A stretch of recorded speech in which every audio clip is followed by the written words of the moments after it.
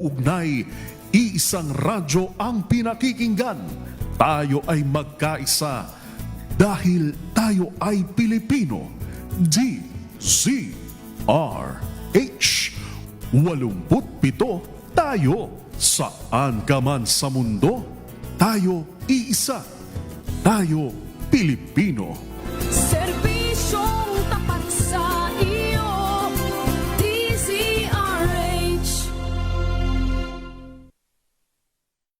Maagang balitaan, maagang usapan sa mga issue at balita. Kasama si Kuya Angelo Palmones sa Magandang Umaga Pilipinas. Mula Lunes hanggang Biyernes.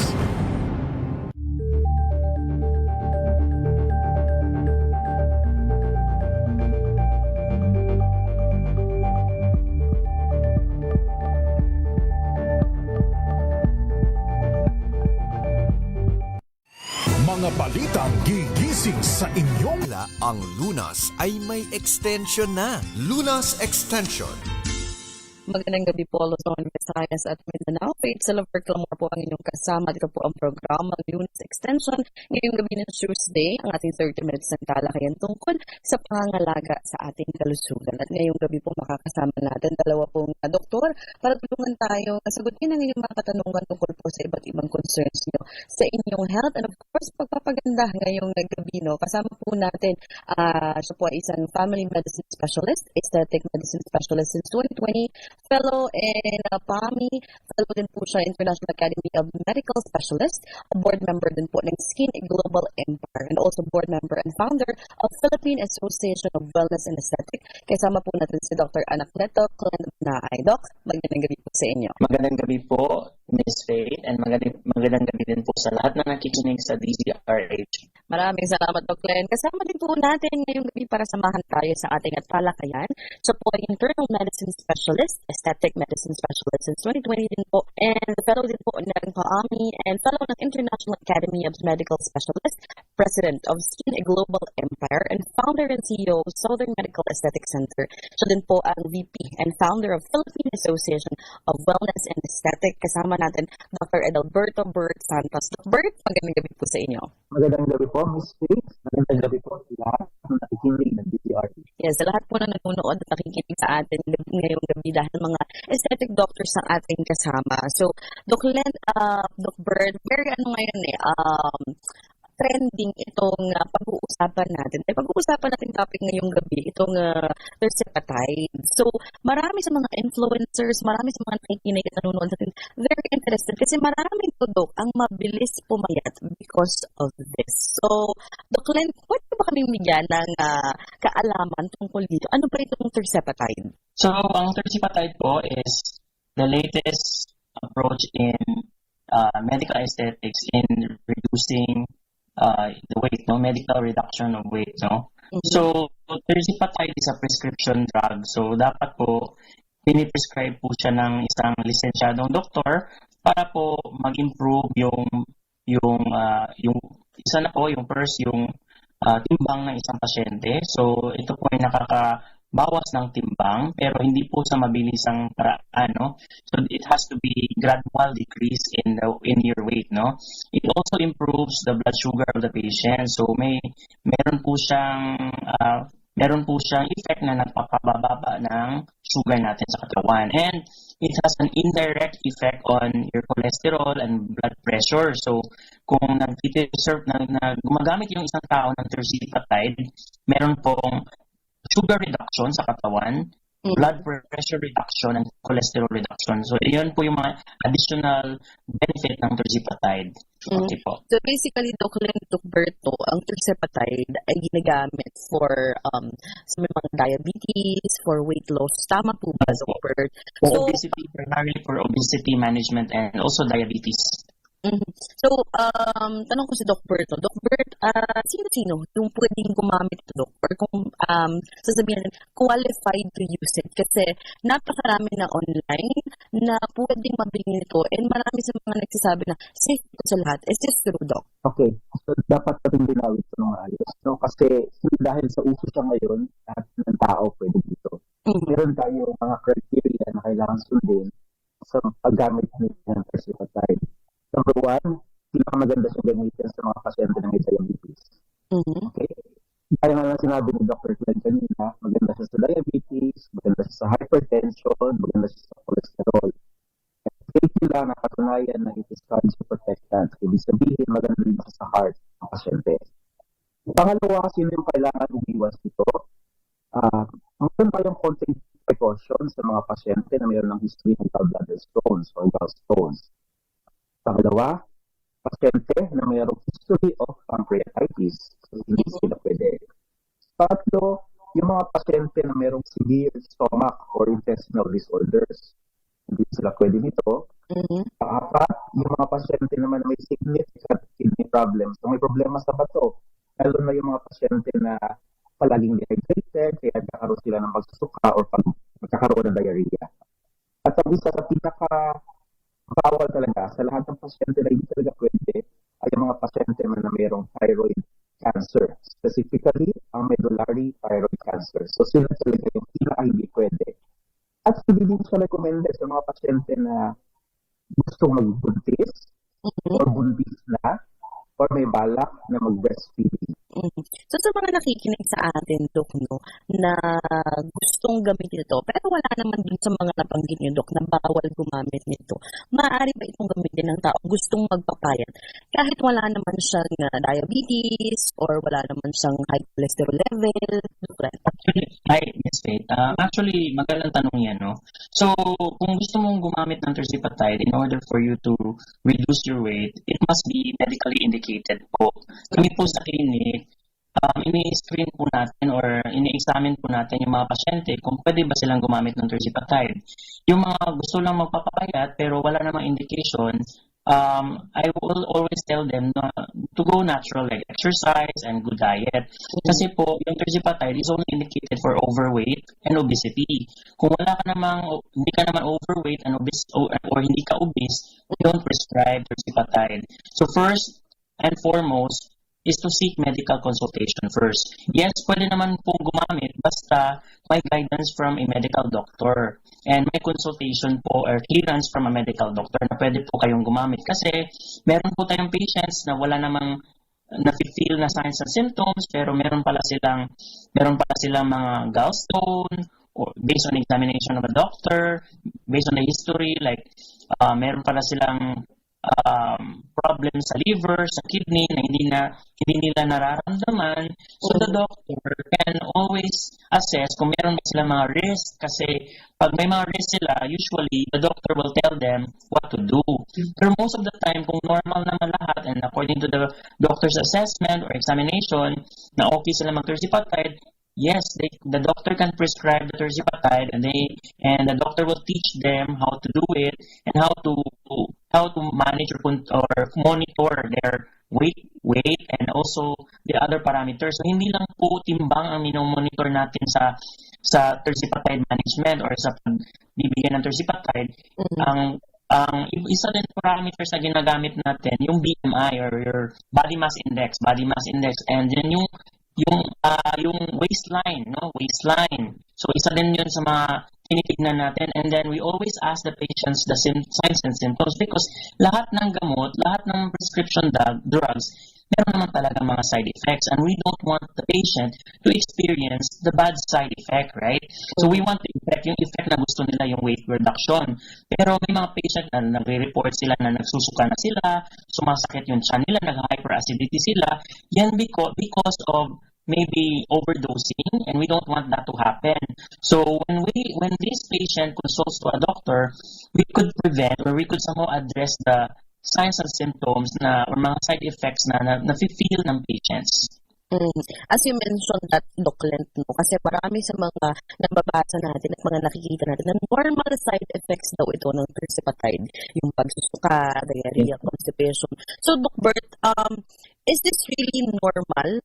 Or sabi nga ni Doc Lent, pag may mga ganong instances ba, ibig sabihin, mali yung paggamit ng tirzepatide? Regarding sa side effects kasi, we have to consider yung mga normal or expected side effects at saka yung mga not very good side effects. So, tirzepatide, we say expected or mga common side effects, ito yung example, pwede nausea or parang nasusuka, pwede yung occasional vomiting. Usually nangyayari ito pag after na treatment, kumain ka agad. Okay? So usually kasi, basta tirzepatide, sinasabi namin sa pasyente, after ng injection, you have to take your full meal 3 hours to 4 hours after the treatment. Pero meron kasi mga pasyente hindi na makapaghintay eh. So, immediately after kakain, 1 hour after kakain, full meal. So, doon nila nararamdaman yung nausea, doon nila nararamdaman yung vomiting. Meron din naman mga pasyente nagpa-complain ng diarrhea and constipation, which is expected naman. Meron din iba na nasasabi na meron konting stomach discomfort. Pero ang pinaka-usual talaga na makikita ng mga pasyente is yung pakiramdam na busog sila lagi. Yung mabilis sila mabusog. So kasi yun din ang tirzepatide is pinaka-common na sabihin natin na use niya is parang magkakaroon ka ng early satiety, parang konting pagkain lang, busog ka na kaagad. Kaya ka nagkakaroon ng weight loss.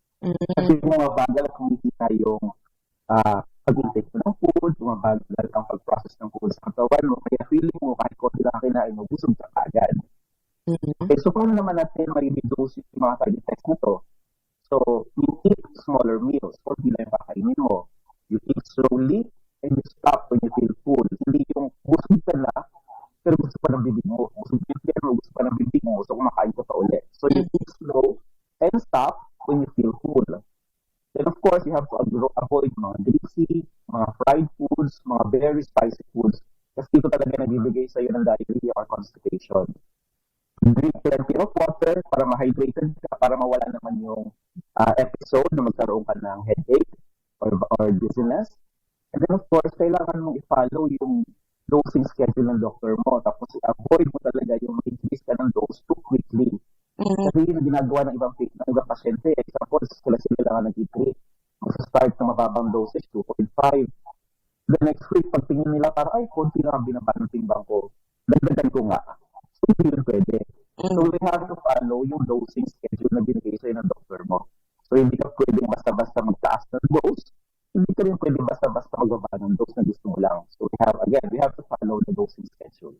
Yes, at yun yung binibigay nating information ngayon mga dok, no? Kasi dahil nga marami ng mga nagbibenta nito, may mga talagang online lang, deliver pati yung mga syringe, no? Na tama ba mga dok, hindi ito basta-basta dapat tinutok sa sarili lang without knowing your medical diagnosis. Tama ba mga dok? Yes po, tama po. So yung tirzepatide po, yung GLP-1, lahat po sila ay gamot. So maaari po kayong mag-develop ng mga signs and symptoms or magkaroon ng mga complications if hindi po guided yung pagtuturok nyo ng gamot. So kailangan po, una sa lahat, if you're planning to use tirzepatide, clearance muna sa isang lisensyadong doktor para naman po safe po yung pag-manage ng weights niyo or hindi po kayo magkakaroon ng problema sa weight reduction. Wala pong mga signs and symptoms na mag-develop or wala pong complications. So, meron po mga patients natin na hindi talaga makapag-antay, tinataasan po nila yung dosage. Sinasabi ko po sa lahat ng pasyente namin sa clinic na it took you time for you to get fat or for you to gain weight. So it will take time for you to lose weight. So konting patience lang po ang pag-antay natin or konting pasensya lang or konting patience sa pag-weight reduction. Meron kasi mga patient na nagfa-fluctuate yung mga weight nila so hindi sila magpag-antay. So tataasan nila yung dosage. So ang problema sa pagtataas ng dosage, nagkakaroon ng problema. So like severe vomiting or severe diarrhea. And ito po yung dahilan kung nagkaka-dehydration. Kaya may mga patients na naririnig natin sa TikTok or sa mga social media na ayaw na nila ng tirzepatide kasi nagka-dehydration sila. It's because of too much intake or too much use of the medication. Meron din po patients na nagtutukrok pa rin kahit sumasakit na yun siyan. Kami po sa clinic, nagmamonitor po kami ng abdominal status. We always ask the patient kung persistent ba yung abdominal pain because it could be a possible sign of pancreatitis as a possible side effect of tirzepatide. So ayaw nating mangyari yun, no? Yung pancreatitis. minsan may mga patient na natin na namumula, nangangati na pala sila, pero continue pa rin yung injection nila. Dahil po siguro yun sa severe allergic reaction.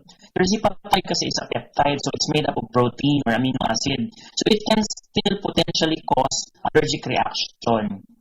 Meron din po tayong mga patient na may gallbladder stone na pala pero hindi lang nila nanonotice. So kasi hindi naman sila nagpapa-ultrasound or abdominal ultrasound. Yun po, nagkaka-gallbladder, lumalaki po yung gallbladder stone nila kasi meron silang history of gallbladder stone, and then they would complain here sa clinic na sumasakit yung tiyan nila, nagkukulay yellow na yung mata nila because of gallbladder or gallbladder formation.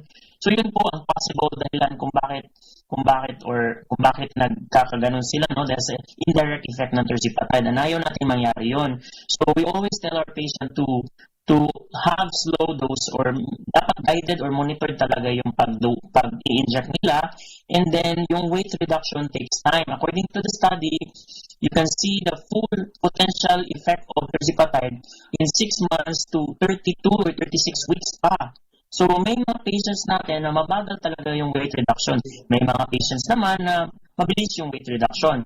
So kung gusto nyo bilisan yung effect or bibilisan yung weight reduction, gusto nyo mabilis, ideally sa medical field, weight reduction is 1 kilogram per week, no? Up to 1 kilogram. Minsan may umabot ng 1.5 to 2 kilograms per week reduction. Maganda na yon for a tirzepatide user. May mga ibang tao na gusto pa nilang bilisan, like gusto nilang ma-achieve 3 kilos to 5 kilos per week. Medyo delikado na po yun. That's pathologic weight loss. Yes. So delikado po yun sa kalusugan kung mabilis yung pagbaba ng timbang. So ideally po, 1 kilogram per week.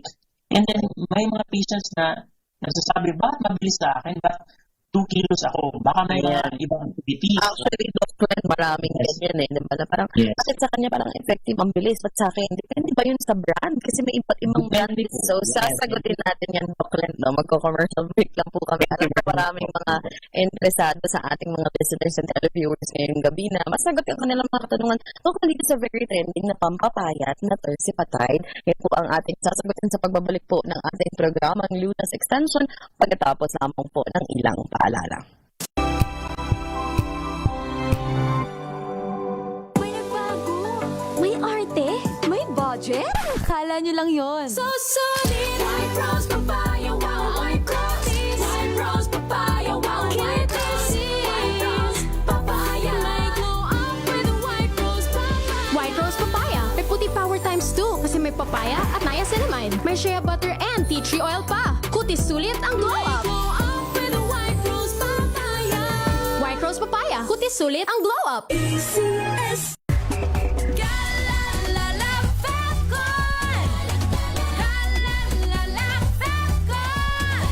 Ang bango ng sampayan. Tara na magsayawan. Calefabton, amoy nakaka-joyful.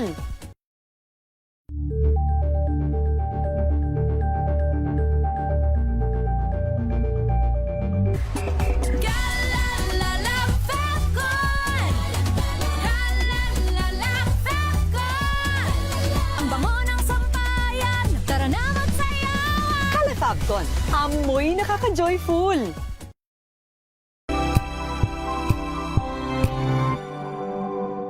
Hello, Washi! Laundry day na naman! Yay! Anong meron? Mancha ng chocolate, Oh. putik, may libag pa.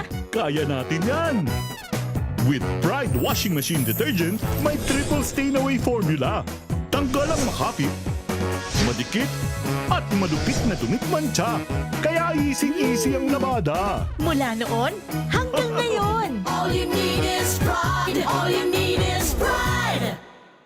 ACS. May nagbago, may arte, may budget.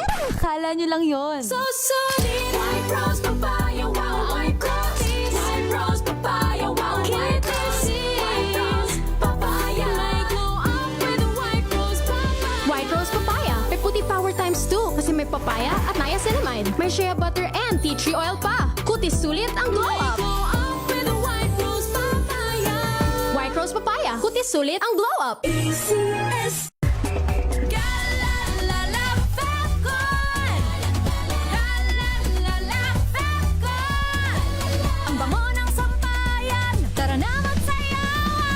Fabcon, amoy nakaka-joyful.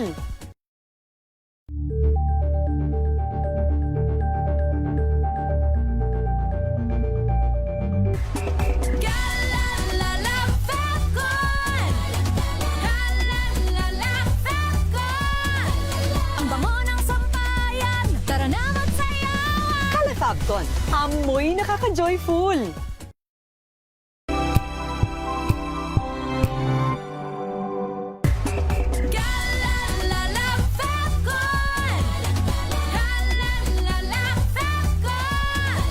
Ang bango ng sampayan, tara na magsayawan. Kala Fabcon, amoy nakaka-joyful.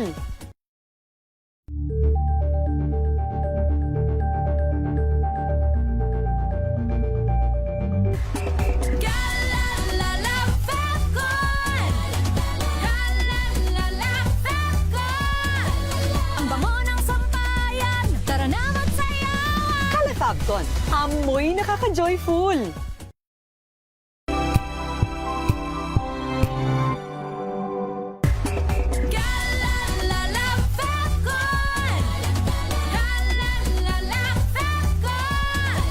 Ang bango ng sampayan, tara na magsayawan. Kala Fabcon, amoy nakaka-joyful.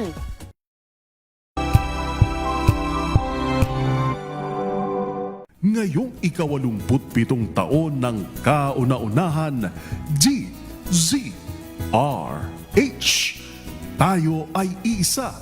Ikaw, kayo, tayo. Iisa ang radyo. Tayo ay iisa. Iisa ang nag-uugnay. Iisang radyo ang pinakikinggan. Tayo ay magkaisa. Dahil tayo ay Pilipino. DZRH. 87 tayo. Saan ka man sa mundo, tayo iisa. Tayo Pilipino. Serbisyong tapat sa iyo, DZRH.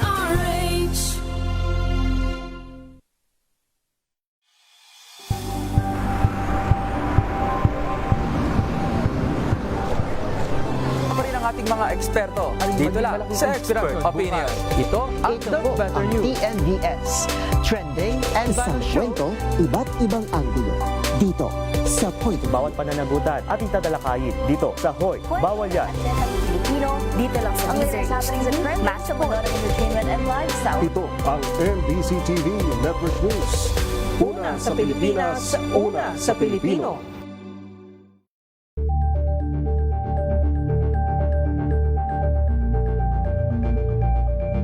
Tumunog na ang gandingan para sa kalikasan. Ang itinanghal bilang Best AM Radio Program Host ay si Cesar Chavez para sa special on Saturday ng DZRH.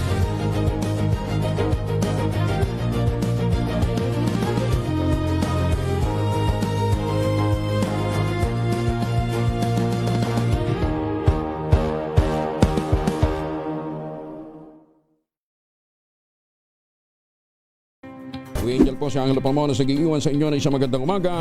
Maraming salamat. Life goes on! Good morning, Lakay! Good morning, Sister Ann. At good morning. Magandang mainit na umaga. Angel po si Angelo Palmona sa giiwan sa inyo na isang magandang umaga. Maraming salamat. Pilipinas, una sa Pilipino. Buklatin ang mga pahina. Pakinggan ang boses ng lipunan. Tunghayan ang mga issue mula sa ibang katayuan. Nakakalungkot kasi deserve ba namin ng ganito? Na hindi nila alam kung ano talaga yung kanilang mga karapatan. Yung gobyerno, tinulungan nila yung kanilang magsasaka. Pinapatahimik tayong lahat using various laws. Through education, kayang-kaya nating baguhin yung ganitong klaseng pag-iisip. Isang kwento, iba't ibang anggulo. Dito, sa Point of View.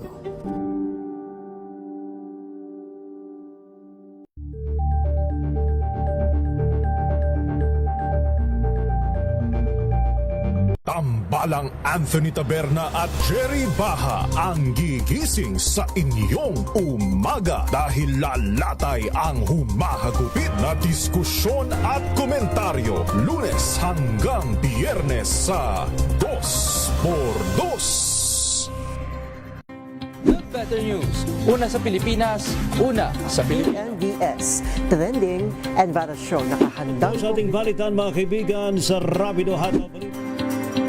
Public Service Hour. Siyempre pa, una sa Pilipinas. Una Ayan sa... ang kabuhanan din pala tuntunan ng break time. Sabay niyo na po ang mga balita at talakayan sa Balansyado. Maraming Ito ay bunsod ng naitalang 17 individual na ang kanilang naaresto.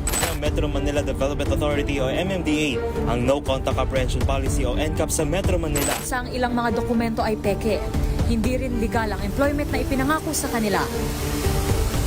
Sa mata ng batas, mananagot ang sangkot at may sala. Dahil sa bawat paglabag, may karampatang parusa. Alamin ang mga pananagutan sa likod ng mga bawal. Dito sa Hoy! Bawal Yan! Tuwing Sabado, alas 11:30 ng umaga.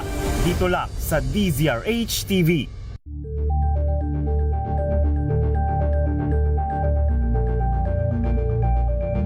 Tumunog na ang gantingan para sa kalikasan. Ang nagkamit ng parangal bilang Best News Anchor ay walang iba kundi si... Pangkalusugan, Lunas, Extension.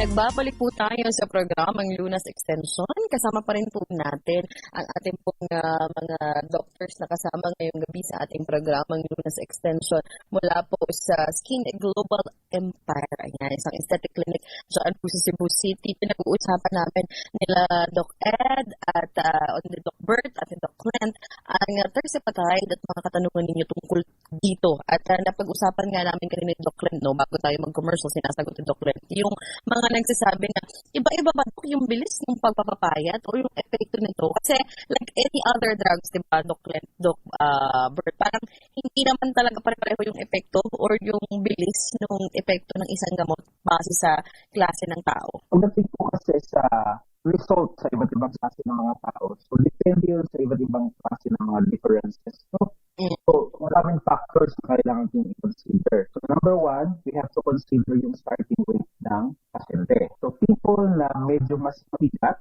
often lose more kilograms as compared sa mga tao na medyo mas magaan na sila nung nag-start ng treatment. Again, yung mga tao na medyo nasa mabigat na side, mas malaki yung loss nila in terms of kilogram pag nag-start ng treatment as compared sa mga tao na medyo nasa magaan na side.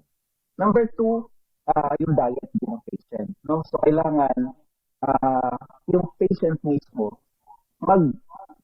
itingin din siya sa Canadian diet niya. So, kailangan yung diet niya should be protein-rich, should be nutrient-dense foods, tapos yung calorie medyo limited dapat. Number three, of course, pinaka-importante in combination with tersepatide is the physical activity. Kailangan may regular exercise talaga. Hindi pwede yung iaasa mo lahat sa gamot. Kailangan ikaw mismo may gawa ka, may galaw ka. Disiplinado pa din. Yes. Especially, mas sa lahat na na-observe namin ng mga pasyente dito sa clinic, napansin talaga namin na mas mabilis ang effect sa lalaki as compared sa babae.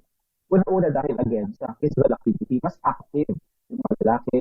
Kung nag-gyman sila, mas gumagawa sila ng mga resistance training, na-help preserve yung mga muscles nila, tapos yung calorie expenditure nila o yung pag-burn ng calories mas mataas as compared sa lalaki. Sa babae, I mean. Number four, you have to look at the dose tsaka yung adherence ng pasyente doon mismo.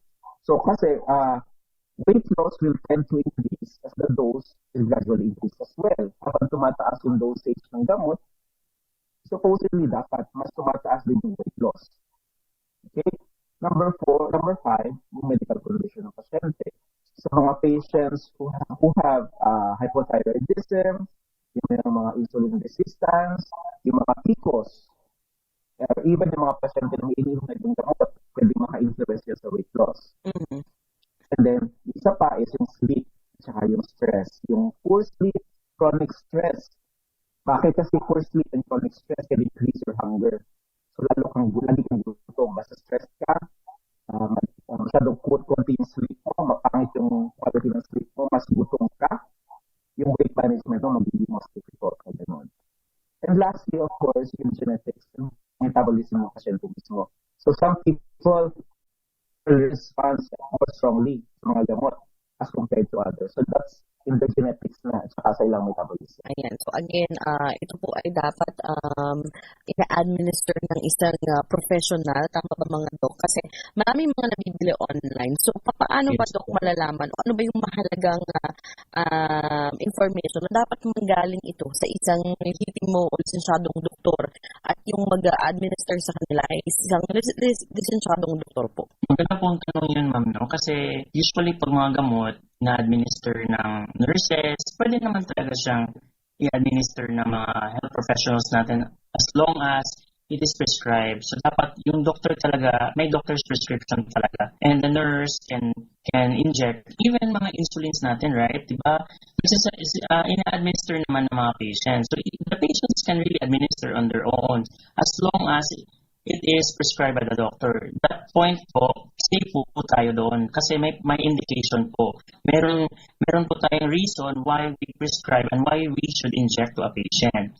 Usually din po, in order for us to determine na legitimate po yung tirzepatide, dapat po, number one, dapat FDA approved po siya. So dapat tinatanong kung FDA approved. So I would not say that brand, pero may isang brand na FDA approved po sa Pilipinas ngayon. And some people would utilize the counterfeit drugs, no? So ingat po tayo sa mga counterfeit drugs. Isa po sa mga indications or mga ways for us to determine na counterfeit po yung drugs or yung tirzepatide is the packaging. Minsan po, di ba, may mga nakikita tayong mga package, may mga butterfly pa or may mga unusual design yung mga packaging po. So, that's a red flag po na baka this is a counterfeit drug. And then, may manufacturers po. Dapat may manufacturer or information po to determine if this is really a legitimate drug or tirzepatide po, no? So, you check the packaging, you check the source kung saan galing yung tirzepatide. And ito po yung isa sa mga nakikita natin na nakaka-influence ng efficacy ng drug, yung pag-transport. Kasi, diba, usually, pag in-order online, tapos tina-transport yung medication, hindi natin alam yung storage, baka extreme yung temperature, so it can cause somewhat influence drug efficacy and drug efficiency. So, parang mawawala ng bisa yung gamot kasi mali yung storage niya.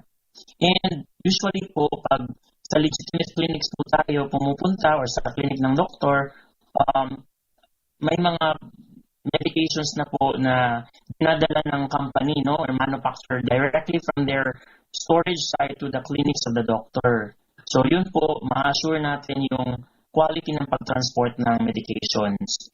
Or if gusto naman ng patient, we can prescribe them and then they can get it to at the pharmacy. So pwede nilang bilhin sa mga lehitimong mga pharmacy po natin yung mga gamot. So very important kasi of course tinutulok natin yan sa ating katawan, no? So lagi dapat tayong talagang masigurado at mas maingat kasi tama ba Dok, kapag mali ang paggamit nito, ano ang mga pwedeng mangyaring complications sa ating katawan?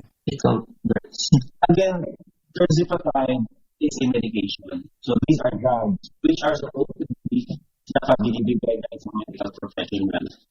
Okay? Kung isang layman person ang gagamit ito na walang proper guidance, madaming complications na pwede mangyari. Number one, pwede magkaroon ng inflammation ng pancreas o pancreatitis kung sinasabi natin. Okay? Number two, again, sinabi kanina, yung mga pasyente na may history ng gallbladder problem, gallbladder stones, pwede maulit yan. Number three, pwede magkaroon ng dehydration. Again, paano? Dahil sa tirzepatide, it can cause severe diarrhea. And then, number four, pwede ka magkaroon ng kidney injury sa kidneys. Number five, because this is one of the medication used to control your sugar, pwede ka magkaroon ng hypoglycemia or low blood sugar. Number six, again, dahil medication ito, dahil drug ito, hindi ito usually nakikita sa katawan ng tao, pwede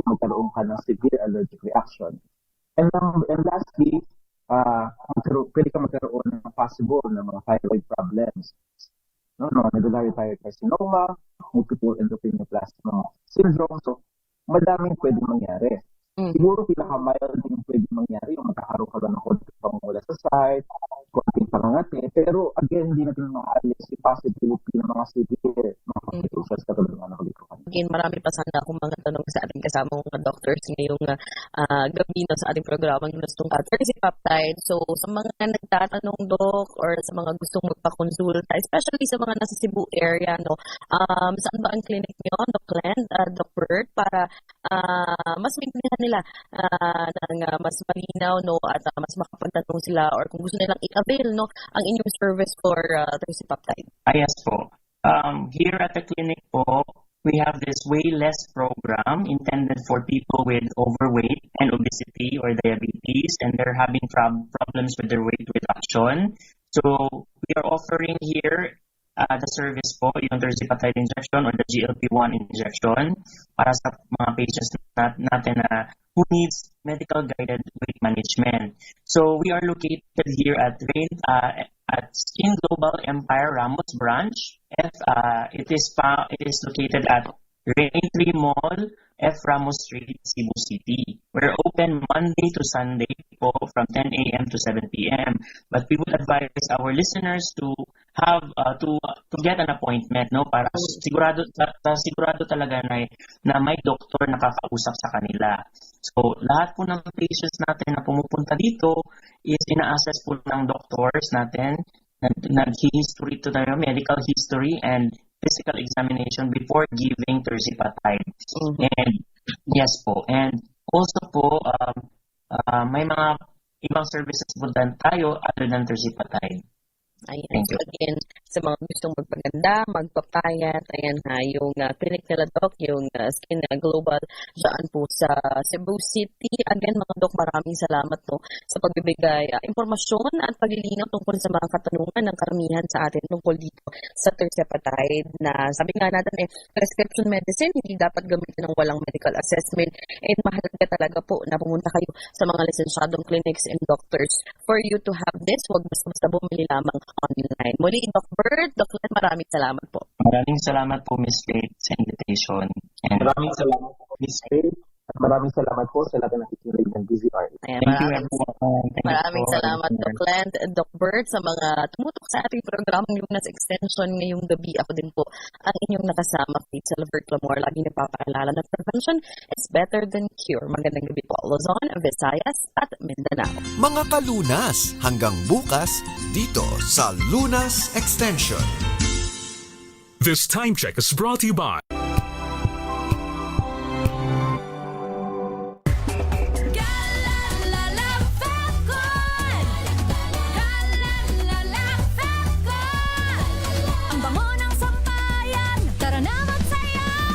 Fabcon, amoy nakaka-joyful.